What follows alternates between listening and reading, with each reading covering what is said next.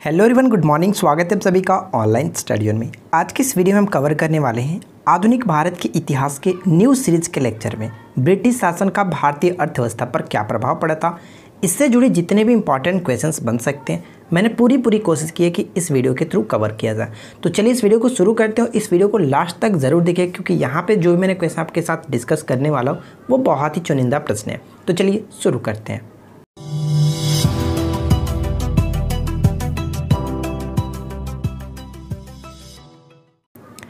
आज के इस वीडियो का फर्स्ट क्वेश्चन ये बनता है कि भारत में अंग्रेजों की लूट किस महत्वपूर्ण घटना के बाद शुरू हो गई थी। करेक्ट आंसर है ऑप्शंस ए यानी कि प्लासी के युद्ध के पश्चात। प्लासी के युद्ध से रिलेटेड जो भी पॉइंट्स थे हम लोगों ने इससे प्रीवियस वीडियो में डिस्कस कर चुका था। तो प्लासी का युद्ध हुआ कब था?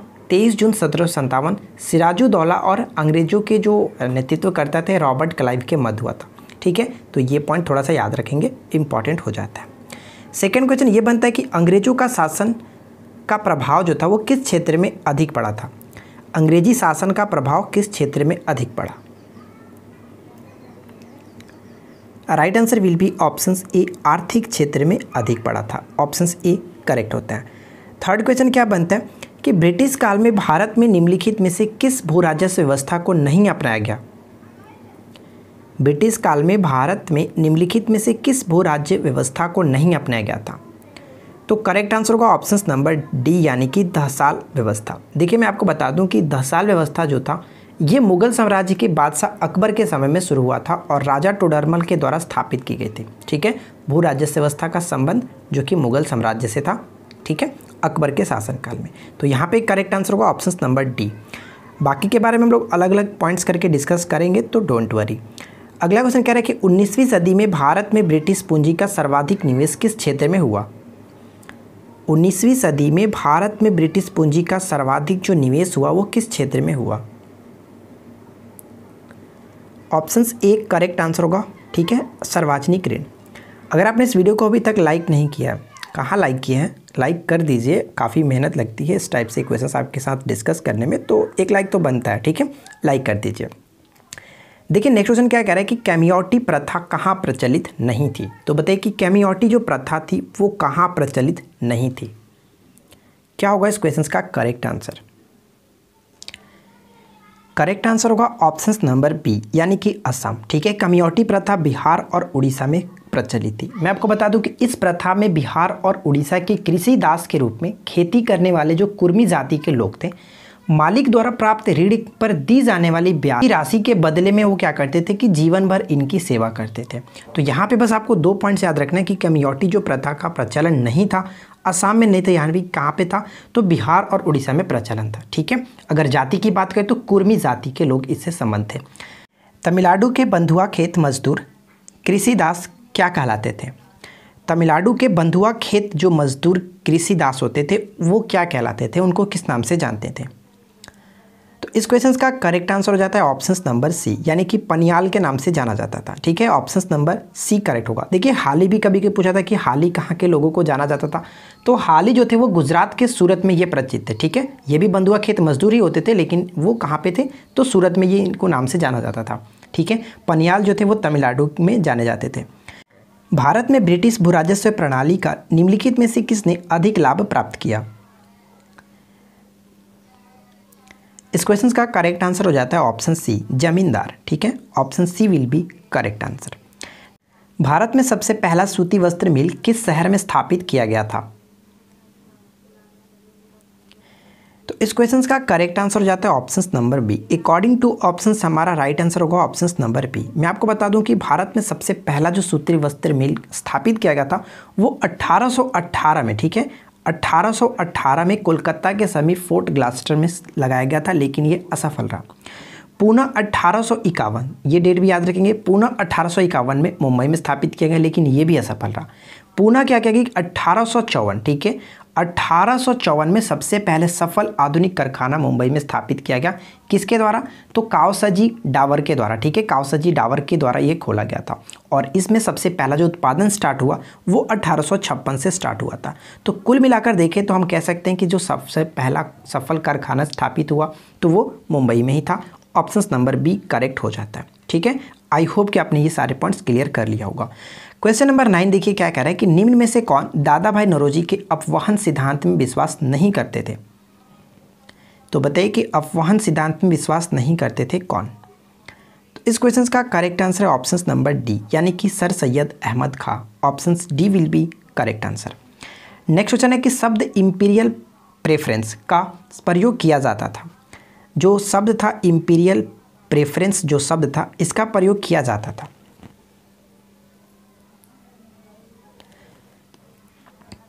तो इस क्वेश्चन का करेक्ट आंसर है ऑप्शन नंबर ए, यानी कि भारत में ब्रिटिश आयातों पर दी गई विशेष रियासतों के लिए। ऑप्शन ए करेक्ट आंसर है, याद रखेंगे, मोस्ट इंपॉर्टेंट क्वेश्चन बन जाता है। ठीक है, अगला क्वेश्चन ये कह रहा है कि अंग्रेजों द्वारा बनाई गई भू राजस्व व्यवस्था की निम्न प्रणालियों में से कौन सी कृषकों के हितों को अधिक सुरक्षा प्रदान करती थी।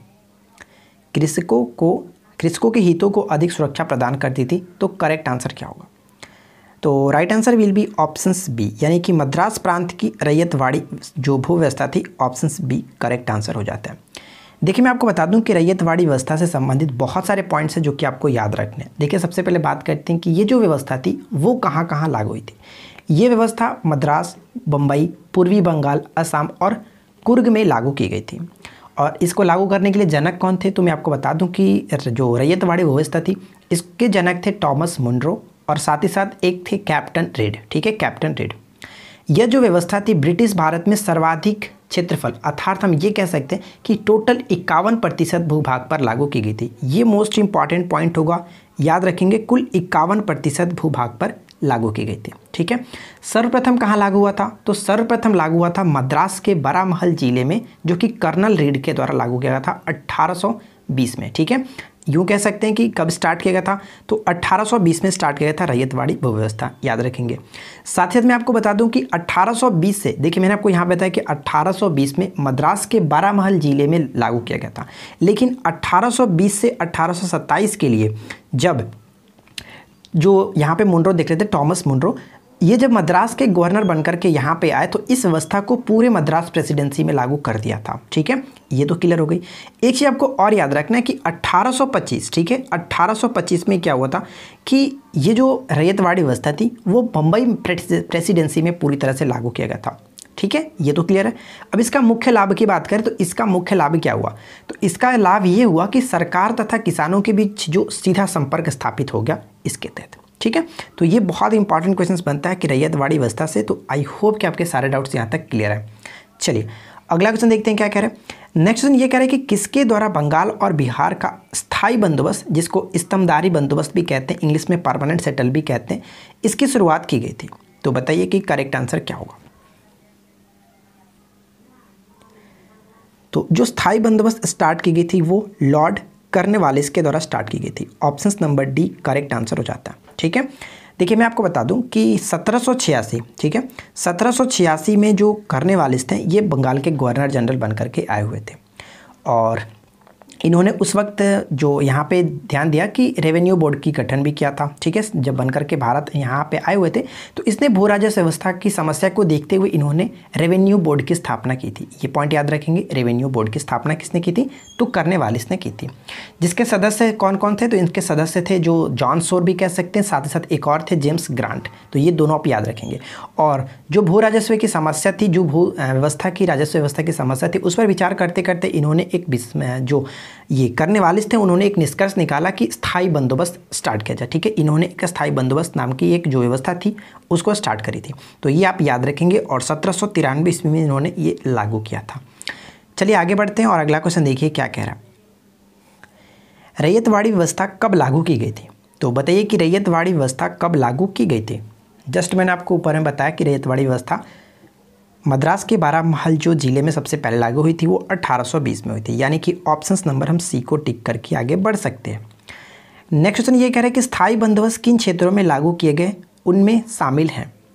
तो बताइए कि यहाँ पे करेक्ट आंसर क्या होगा। स्थायी जो बंदोबस्त था किन क्षेत्रों में लागू किए गए थे। तो देखिए इस क्वेश्चन का करेक्ट आंसर क्या होगा। Right answer will be option D 1 2 3 4 5। ये यहाँ पे सभी के सभी बिल्कुल सही है। एक चीज़ आपको याद रखना है कि उत्तर प्रदेश में बनारस और ये गाजीपुर, ये दो जो ऐसे जगह थे जहाँ पे ये लागू किए गए थे। ठीक है, तो याद रखिएगा। फिलहाल यहाँ पे क्वेश्चन नंबर 14 का ऑप्शन डी बिल्कुल करेक्ट है, सभी जगह पे लागू किए गए थे। अंग्रेजी शासनकाल में भारत का कौन सा क्षेत्र अफीम उत्पादन के प्रसिद्ध था? अफीम उत्पादन के लिए प्रसिद्ध था अंग्रेजी शासनकाल में भारत का कौन सा क्षेत्र? तो correct answer option number A यानी कि बिहार। ठीक है, बिहार जो था अफीम और सोरा के उत्पादन के लिए काफ़ी प्रसिद्ध था। नेक्स्ट है कि नील कृषकों की दुर्दशा पर लिखी गई पुस्तक नील दर्पण के लेखक कौन थे? One of the most important questions, Neel Darpan के लेखक कौन है बताइए। तो नील दर्पण के लेखक थे Dinabandhu Mitra. Option number B correct answer हो जाता है। ठीक है, आगे देखिए, किसने यह विचार किया था कि भारत में ब्रिटिश आर्थिक नीति घिनौनी है? ब्रिटिश आर्थिक नीति घिनौनी है, यह किसने विचार किया था? तो इस क्वेश्चन का करेक्ट आंसर हो जाता है ऑप्शन नंबर सी यानी कि कार्ल मार्क्स ने। ठीक है, ऑप्शन सी करेक्ट हो जाता है। नेक्स्ट क्वेश्चन ये कह रहा है कि अंग्रेजों द्वारा सर्वप्रथम कहवा बागान लगाए गए थे। अंग्रेजों के द्वारा सर्वप्रथम कहवा बागान जो थे वो कहाँ पे लगाए गए थे? तो करेक्ट आंसर हो जाएगा ऑप्शन नंबर डी यानी कि वायनाड जनपद में। अब बात करें कि वायनाड जनपद कहाँ पे पड़ता है, तो ये देखिए केरल में जिला है। ठीक है, ऑप्शन नंबर डी करेक्ट होगा, केरल में पड़ता है। अंग्रेजी शासन के दौरान भारत के आर्थिक दोहन के विचार का प्रतिपादन किसने किया था? आर्थिक दोहन के विचार का प्रतिपादन किसने किया था? तो करेक्ट आंसर है ऑप्शन नंबर ए दादा भाई नौरोजी। ठीक है, ऑप्शन ए करेक्ट आंसर है। सर थॉमस मुनरो किस भू राजस्व बंदोबस्त से संबंधित हैं? तो बताइए कि यहाँ पे करेक्ट आंसर क्या होगा। थॉमस मुनरो जो थे वो किस भू राजस्व बंदोबस्त से संबंधित थे? तो इस क्वेश्चन का करेक्ट आंसर हो जाता है ऑप्शन नंबर सी रैयतवाड़ी बंदोबस्त। ठीक है, रैयतवाड़ी बंदोबस्त। अगर हम बात करें, मैंने आपको ऊपर में बताया था कि रैयतवाड़ी बंदोबस्त जो था वो कुल, अगर हम बात करें कि कुल जो क्षेत्रफल था यानी कि ब्रिटिश शासन में भारत का कुल क्षेत्रफल कितने परसेंट पे लागू हुआ था? 51% पे लागू हुआ था, जो कि सबसे अधिक था। ठीक है, याद रखेंगे। आगे बढ़ते हैं और नेक्स्ट देखिए क्या कह रहा है। स्वतंत्रता पूर्व अवधि में ब्रिटिश सरकार द्वारा भारत में आधुनिक शिक्षा के प्रसार का प्रमुख उद्देश्य था। क्या होगा करेक्ट आंसर बताइए। स्वतंत्रता पूर्व अवधि में ब्रिटिश सरकार द्वारा भारत में आधुनिक शिक्षा के प्रसार का मुख्य उद्देश्य क्या था?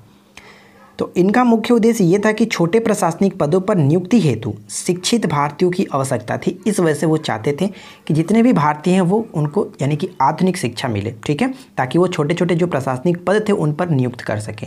इसलिए option number A correct answer हो जाता है। स्थायी बंदोबस्त के तहत जमींदार को पूरे लगान भू राजस्व का कितना प्रतिशत राज्य को देना तय किया गया था? क्या होगा करेक्ट आंसर बताइए। तो इस क्वेश्चन का करेक्ट आंसर है कि कुल 89% जो कि राज्य को देना तय किया गया था। यानी कहने का मतलब ये है कि जमींदार लगान का 11वां भाग यानी 11% अपने पास रख सकते थे और शेष भाग यानी कि 89% कंपनी के खजाने में जमा कराया जाता था। Option A will be correct answer. Next question कह रहा है कि उत्तरी भारत में भूमिकर व्यवस्था का प्रवर्तक, the father of the land settlement in northern India किसे कहा जाता है? उत्तरी भारत में भूमिकर व्यवस्था का प्रवर्तक किसे माना जाता है? तो इस क्वेश्चंस का करेक्ट आंसर है option A Martin bird. Option A will be correct answer. ठीक है, मार्टिन बर्ड राइट आंसर हो जाता है। समस्त अंग्रेजी भारत की सर्वाधिक भूमि पर 51% भूमि पर अपनाई गई भू राजस्व व्यवस्था कौन सी थी? मैंने आपको ऊपर में जस्ट बताया कि सबसे अधिक यानी कि जो 51% भूमि पर कौन सी व्यवस्था लागू की गई थी, अपनाई गई थी, और वो था रैयतवाड़ी बंदोबस्त। यानी कि ऑप्शन बी बिल्कुल करेक्ट होगा। स्थायी बंदोबस्त की बात करें तो ये कुल यानी कि 19% भागों पर था और महालवाड़ी जो व्यवस्था थी वो 30% भागों पे था। ठीक है, ये चीज़ आप याद रखेंगे। और साथ ही इसके बारे में बात करें तो ये आप देखा 51% जो कि समस्त अंग्रेजी भारत की सर्वाधिक भूमि पर था। ठीक है, अगला क्वेश्चन कह रहा है कि भारत में उपनिवेशी शासन के संदर्भ में 1883 में पारित इल्बर्ट बिल का उद्देश्य क्या था? इल्बर्ट बिल का उद्देश्य क्या था? 1883 में जो पारित हुआ था इल्बर्ट बिल। सबसे पहली बात कि इल्बर्ट बिल किसके शासनकाल में पारित हुआ था? तो लॉर्ड रिपन के शासनकाल में ये आया था इल्बर्ट बिल। और अगर हम बात करें इस क्वेश्चन के करेक्ट आंसर का तो right answer will be option A. जहाँ तक अदालतों की दंडित अधिकारी का संबंध था, भारतीय तथा यूरोपीय लोगों की बराबरी पर रोकना, ये इसमें लागू किया गया था। ठीक है, option number A correct answer हो जाता है। अगला क्वेश्चन कह रहा है कि निम्न में से किसने निकास के सिद्धांत का प्रतिपादन किया था? तो बताइए कि निकास के सिद्धांत का प्रतिपादन किसने किया था? तो देखिए इस क्वेश्चन का राइट आंसर क्या होगा। निकास के सिद्धांत का प्रतिपादन किया गया था दादा भाई नौरोजी जी के द्वारा। Options A will be correct answer. देखिए, नैतिक सिद्धांत की व्याख्या दादा भाई नौरोजी ने की थी और इनके अनुसार ये जो क्या था, मैं आपको बता दूं कि भारतीयों को उनके ही देश में विश्वास तथा उत्तरदायित्वपूर्ण पदों से वंचित करने की ब्रिटिश की जो ये नीति थी, इन्हीं को इन्होंने कहा था नैतिक निकास। ठीक है, option number A correct answer हो जाता है। नेक्स्ट क्वेश्चन क्या कह रहा है कि बिहार में परमानेंट सेटलमेंट कहाँ लागू किया गया था? लागू करने का कारण क्या था? बिहार में परमानेंट सेटलमेंट लागू करने का कारण क्या था? तो बताइए कि करेक्ट आंसर क्या है। तो बिहार में परमानेंट सेटलमेंट लागू करने का जो मेन कारण था वो क्या था? ऑप्शन नंबर बी, जमींदारों के लिए जमीन पर वंश परंपरागत अधिकार को स्वेच्छा से हस्तांतरित करने का अधिकार। Option number B right answer हो जाता है। नेक्स्ट है, थोड़ा सा माफ़ी चाहूँगा, बच्चे लोग बहुत हल्ला कर रहे हैं तो मैं उनको तो रोक नहीं सकता हूँ, बट थोड़ा सा आप मैनेज कर लीजिएगा। ठीक है, फोकस आप मेरी वॉइस पे कीजिए। ब्रिटिश शासन के दौरान भारत में उद्योगों का कोई स्वतंत्र विकास नहीं हुआ, इसका कारण क्या था? ब्रिटिश शासन के दौरान भारत में उद्योगों का कोई स्वतंत्र विकास तो नहीं हुआ, इसका कारण क्या था? इसका कारण ये था ऑप्शन नंबर ए, यानी कि भारी उद्योगों का अभाव। Option A will be correct answer. ठीक है, आगे बढ़ते हैं। नेक्स्ट क्वेश्चन ये कह रहा है कि यद्यपि भारत के व्यापार पर 1813 के चार्टर एक्ट द्वारा कंपनी के एकाधिकार को समाप्त कर दिया गया, परंतु फिर भी किस वस्तु का व्यापार केवल कंपनी के लिए ही सुरक्षित रखा गया? और ये बहुत इंपॉर्टेंट क्वेश्चन है, तो ध्यान रखिएगा। 1813 चार्टर एक्ट द्वारा कंपनी के एकाधिकार को तो समाप्त कर दिया गया था, लेकिन एक वस्तु था और वो वस्तु था चाय। ठीक है, चाय जो वस्तु था व्यापार केवल कंपनी के लिए सुरक्षित रखा गया था। ठीक है, ऑप्शन सी करेक्ट हो जाता है। नेक्स्ट क्वेश्चन क्या कह रहा है कि ब्रिटिश ईस्ट इंडिया कंपनी का व्यापारिक अधिकार अंतिम रूप से किस एक्ट के तहत समाप्त कर दिया गया? ब्रिटिश ईस्ट इंडिया कंपनी का व्यापारिक जो अधिकार था अंतिम रूप से किस एक्ट के तहत समाप्त कर दिया गया? तो right answer will be option B, 1833 का चार्टर अधिनियम। ठीक है, ऑप्शन नंबर बी करेक्ट हो जाता है। चलिए आगे बढ़ते हैं और नेक्स्ट क्वेश्चन ट्राई करते हैं क्या कह रहा है। अगला क्वेश्चन ये कि स्थायी बंदोबस्त 1793 के अंतर्गत जमींदारों से अपेक्षा की गई थी कि वे खेतीहारों को पट्टा जारी करेंगे। अनेक जमींदारों ने पट्टा जारी नहीं किए, इसका कारण क्या था? इसका कारण सिर्फ और सिर्फ ये था कि जमींदारों के ऊपर कोई सरकारी नियंत्रण नहीं था। Option number B correct answer हो जाता है। अगला क्वेश्चन ये कह रहा है कि सूची 1 को सूची 2 के साथ सुमेलित कीजिए। तो बताइए कि यहाँ पे करेक्ट आंसर क्या होगा, कौन किसके साथ सही तरीके से सुमेलित करेगा? यानी कि यहाँ पे जो बंदोबस्त है, जो व्यवस्था है, वो किसके द्वारा शुरू किया गया था, उनके साथ मैच करना है। तो ऊपर में हम लोगों ने देखा था स्थायी बंदोबस्त लॉर्ड कॉर्नवालिस ने स्टार्ट किया था, कोई प्रॉब्लम नहीं है। रैयतवाड़ी बंदोबस्त जो व्यवस्था था टॉमस मुनरो ने स्टार्ट किया था, बिल्कुल करेक्ट। महलवाड़ी व्यवस्था को हाल्ट मैकेंजी ने स्टार्ट किया था। ये तीनों के तीनों पॉइंट बिल्कुल करेक्ट है, याद रखेंगे। तो यहाँ पे तीनों सही अच्छे तरीके से मैच किया गया, इसलिए ऑप्शन नंबर ए को टिक करके आगे बढ़ सकते हैं। क्लियर। अगला क्वेश्चन देखिए क्या, भारत में आधुनिक उद्योगों की स्थापना कब आरंभ हुई थी? भारत में आधुनिक उद्योगों की स्थापना कब आरंभ हुई थी? तो करेक्ट आंसर है ऑप्शन नंबर डी, 1850 ईस्वी में। ठीक है, ऑप्शन डी करेक्ट आंसर है। किसने भारत में रेलवे की स्थापना को आधुनिक उद्योग का अग्रदूत या जननी की संज्ञा दी थी?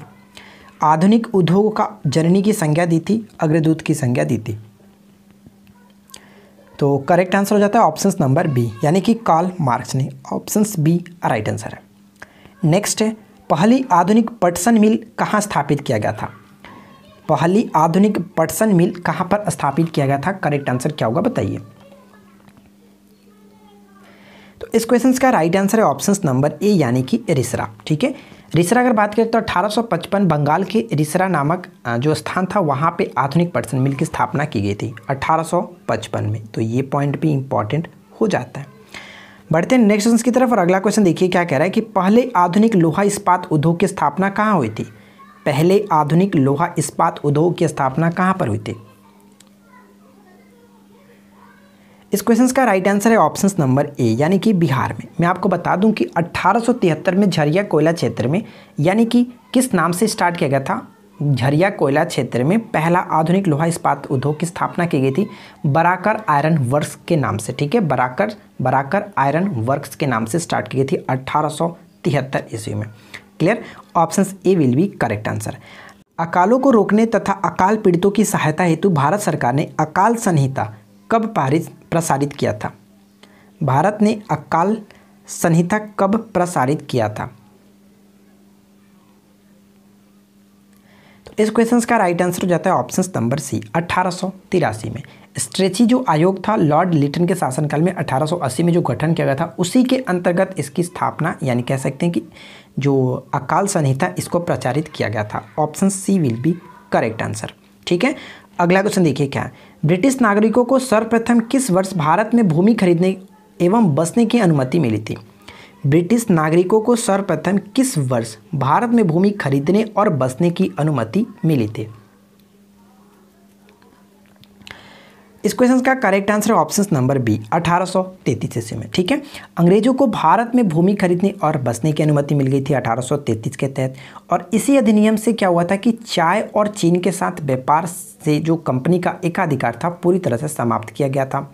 भारत में पहला चाय जो बागान था वो 1835 में खुला था। यहाँ से कुछ इंपॉर्टेंट पॉइंट्स हैं वो आपको याद रखना है। ठीक है, 1835 में खोला गया था और 1838 में इस चाय को जाकर के लंदन में बेचा गया था। ठीक है, अगले 3 वर्ष के बाद 1838 ईस्वी में इस चाय को लंदन में बेचा गया। साथ ही साथ असम चाय कंपनी की जो स्थापना की गई थी वो अगले साल 1839 में की गई थी और ये भारत में पहला जो कि चाय कंपनी था। ठीक है, जो कि असम में स्थापित किया गया था। तो ये सभी के सभी पॉइंट्स आप याद रखेंगे। क्लियर, चलिए बढ़ते हैं अगले प्रश्न की तरफ। और नेक्स्ट देखिए क्या है, the economic history of India के लेखक कौन है? ये पुस्तक है और इस पुस्तक के लेखक कौन है बताइए। The economic history of India, तो करेक्ट आंसर होगा option number B, Ramesh Chandra Dutt. ठीक है, रमेश चंद्र दत्त ने इस पुस्तक में धन निष्कासन के सिद्धांत पर बल दिया है। साथ ही साथ मैं आपको ये बता दूं कि इस पुस्तक में इन्होंने क्या कहा है। इस पुस्तक में इन्होंने धन के निष्कासन के जो दुष्परिणाम थे उसको नादिर शाह के जैसे जो विदेशी आक्रमण हुए थे उससे भी यानी कि लूट की गई थी, जो आक्रमण के द्वारा लूट की गई थी उससे अधिक घातक बताया। ठीक है, ये जब याद रखेंगे। इनका कहना ये था कि जो धन का निष्कासन है ब्रिटिश के द्वारा भारत में धन का निष्कासन का जो सिद्धांत दादा भाई नौरोजी ने दिया था, उसी सिद्धांत को इन्होंने ये बताया था कि इसका जो दुष्परिणाम हुआ है वो नादिर शाह के जैसे विदेशी जो आक्रमण हुई थी उसमें जो लूट हुई थी उससे भी घातक है। ठीक है, ये याद रखेंगे। और इन्होंने ये बात भी कही थी कि बहते हुए घाव की तरह है, ये बहते हुए घाव की तरह। तो ये थोड़ा सा पॉइंट्स है जो कि आपको याद रखने, हो सकता है कि पेपर में ये कथन के रूप में पूछा जा सकता है। ठीक है, ऑप्शन बी करेक्ट हो जाता है। चलिए आगे बढ़ते हैं और अगला पॉइंट देखिए क्या है। दादा भाई नौरोजी ने अंग्रेजों द्वारा किए गए किस कार्य को अनिष्ट का अनिष्ट की संज्ञा दी है? अनिष्टों का अनिष्ट की संज्ञा दी है। और इस क्वेश्चन का राइट आंसर क्या होगा? दादा भाई नौरोजी ने अंग्रेजों द्वारा किए गए किस कार्य को अनिष्टों का अनिष्ट की संज्ञा दी है? तो right answer will be option C, धन की निकास। ठीक है, ऑप्शन सी करेक्ट हो जाता है। निम्नलिखित में से कौन poverty and un British rule in India के लेखक हैं? One of the most important book, और ये बुक कई बार पेपर में पूछा जा चुका है। Poverty and un British rule in India के लेखक कौन है? तो करेक्ट आंसर होगा ऑप्शन नंबर डी। ठीक है, दादा भाई नौरोजी। अगला क्वेश्चन क्या करे कि 1925 ईस्वी में भारत सरकार द्वारा गठित आर्थिक जांच समिति के अध्यक्ष कौन थे? 1925 में भारत सरकार द्वारा गठित भारतीय आर्थिक जांच समिति के जो अध्यक्ष थे वो कौन थे? तो इस क्वेश्चन का राइट आंसर हो जाता है option number D, M Visvesvaraya. Option D correct हो जाता है। नेक्स्ट क्वेश्चन देखिए, आर्थिक तौर पर 19वीं शताब्दी में भारत पर अंग्रेजी शासन का एक परिणाम था। तो राइट आंसर होगा ऑप्शन सी, यानी कि भारतीय कृषि का वाणिज्यीकरण। Option C will be correct answer.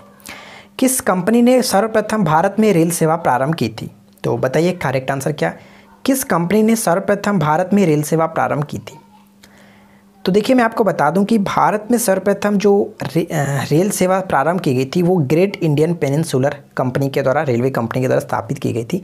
और 1845 में आपको बता दूं कि कलकत्ता के ग्रेट इंडियन जो पेनिनसुलर रेल है इस कंपनी की स्थापना की गई थी। और 1850 ईस्वी में इसने अपना कार्य को स्टार्ट किया था। और आपको पता है कि भारत में जो रेल स्टार्ट किया था पहली बार डलहौजी के शासनकाल में 1853 में स्टार्ट किया जा चुका था, बम्बई से थाने तक। तो सबसे पहला जो स्टार्ट किया गया था सेवा इसी कंपनी के द्वारा स्टार्ट किया गया था, जिसकी स्थापना 1845 में की गई थी। और 1805 में इसने कार्य को स्टार्ट किया और जाकर के अंततः 1853 में रेलगाड़ी स्टार्ट हुई। ठीक है, आगे बढ़ते हैं। भारत से ब्रिटेन की ओर संपत्ति के अपवहन का सिद्धांत किसने प्रतिपादित किया था? ये क्वेश्चन हम लोगों ने कई बार डिस्कस कर चुका, ऊपर से नीचे तक पूरी कई बार हम लोगों ने इसको देख लिया।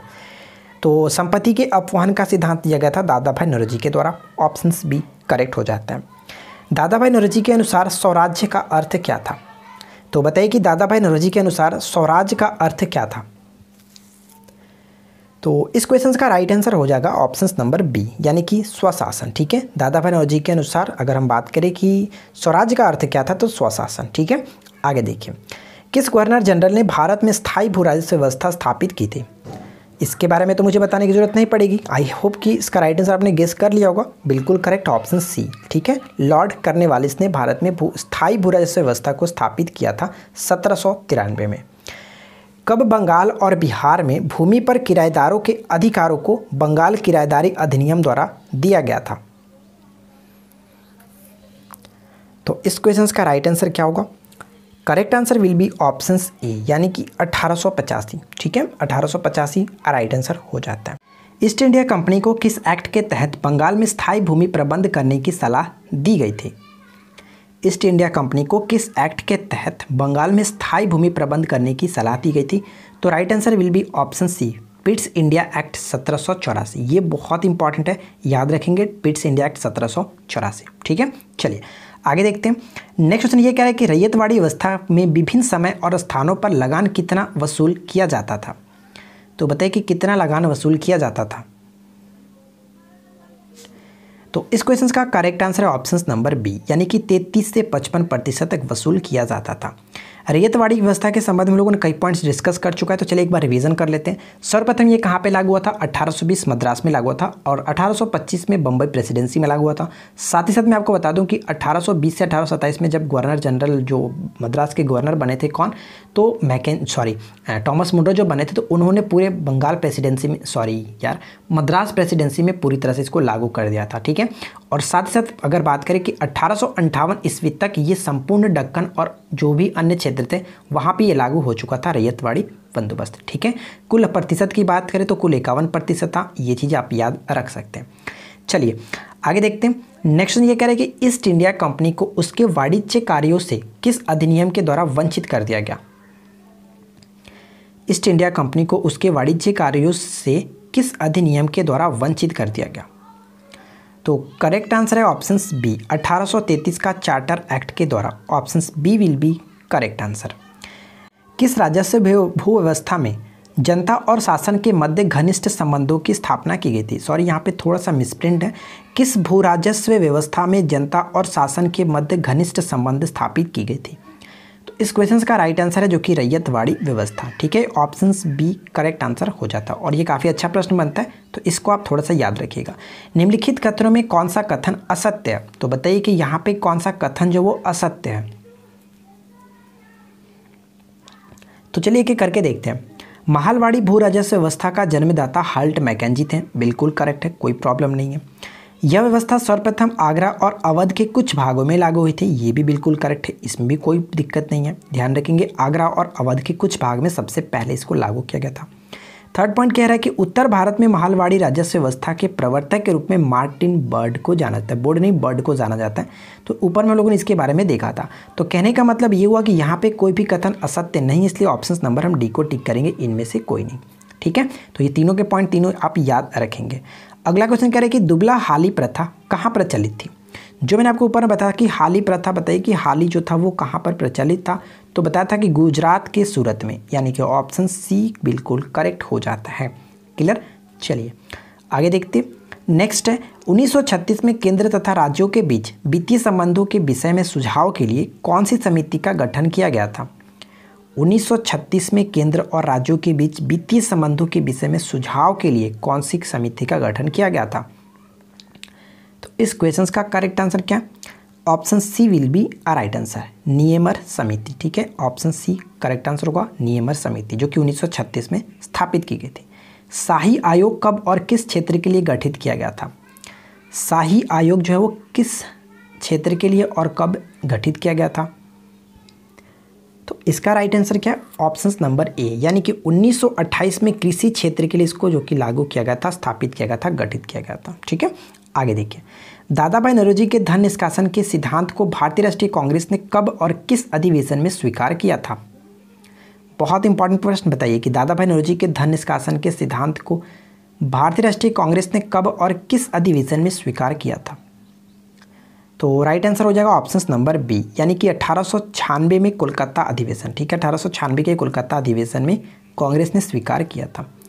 अगला क्वेश्चन कह रहा है कि औपनिवेशिक शासन के दौरान भारतीयों द्वारा किए गए राष्ट्रीय आय तथा प्रति व्यक्ति आय में के आकलन में सर्वाधिक महत्वपूर्ण किसे माना गया है? औपनिवेशिक शासन के दौरान भारतीयों के द्वारा जो राष्ट्रीय आय और प्रति व्यक्ति आय का आकलन किया गया था, उसमें सर्वाधिक महत्वपूर्ण किसे माना गया है? तो राइट आंसर होगा ऑप्शन बी, यानी कि डॉक्टर वी.आर. के राव के आकलन को। ठीक है, ऑप्शन बी राइट हो जाता है। अगला क्वेश्चन क्या कह रहा है कि the land system of British India किस विद्वान की उपयोगी कृति है? The land system of British India किस विद्वान की उपयोगी कृति है? तो राइट आंसर हो जाएगा ऑप्शन सी, यानी कि B.H. Baden Powell. Option C will be correct answer. अब छोटा सा क्वेश्चन एक आपके लिए, बहुत इंपॉर्टेंट क्वेश्चन है, और इस क्वेश्चन का राइट आंसर आप नीचे कमेंट्स करके बताइएगा क्या होगा। राष्ट्रीय आय का प्रथम वैज्ञानिक आकलन किसके द्वारा किया गया था? तो इसका राइट आंसर आपको नीचे कमेंट्स करके बताना है। देखते हैं कितने लोग इस क्वेश्चन का करेक्ट आंसर करते हैं। अगर आपको ये वीडियो पसंद आई हो तो इस वीडियो को लाइक कीजिए, अपने दोस्तों के साथ शेयर कीजिए, और इसी तरह के रोजाना न्यू वीडियोस को देखने के लिए आप हमारे साथ चैनल के साथ जुड़ सकते हैं। चैनल को सब्सक्राइब करके नोटिफिकेशन बेल को ऑन रखिए। हम आपको मॉडर्न हिस्ट्री के पूरा सीरीज कंप्लीट करा देंगे आने वाले एग्जाम्स तक। तो उम्मीद करता हूँ कि आपको ये वीडियो जरूर अच्छी लगी होगी। तो मिलते हैं नेक्स्ट वीडियो में किसी नए टॉपिक के साथ। Thanks for watching, keep learning, have a good day.